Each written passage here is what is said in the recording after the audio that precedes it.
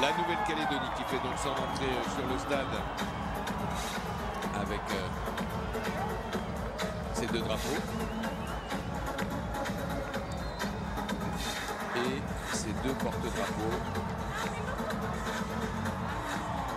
Voici Rodrigue Tetaina-Nouari, le basketteur, et à ses côtés la nageuse Lara Grangeon.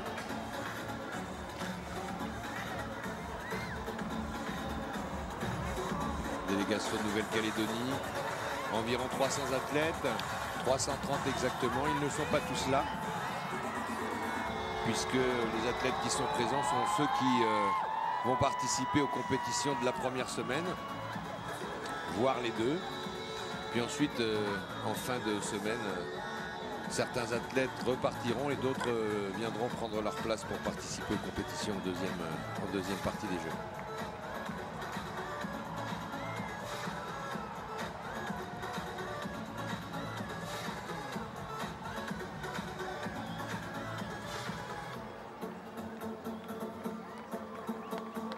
Les cagous en rouge et gris, avec un statut un peu particulier cette fois-ci.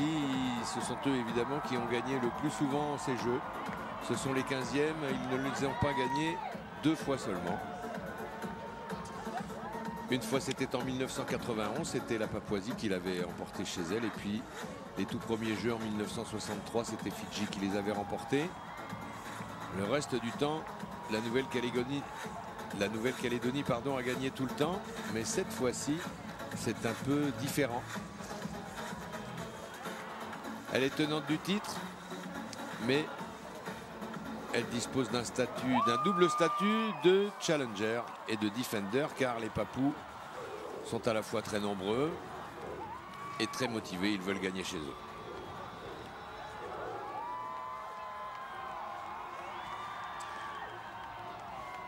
Lax Wedgiem en tenue traditionnelle.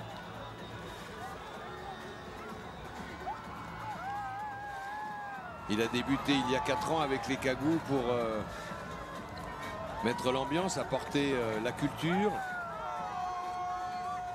l'unité dans cette délégation.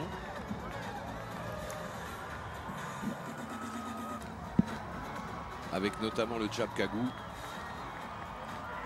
Et c'est resté, ça a bien pris. C'est un thème qui a été adopté par l'ensemble des athlètes.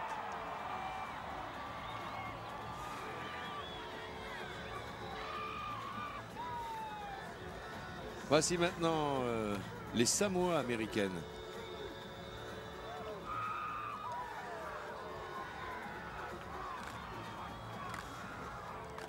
Petite délégation, petit pays, mais toujours présent.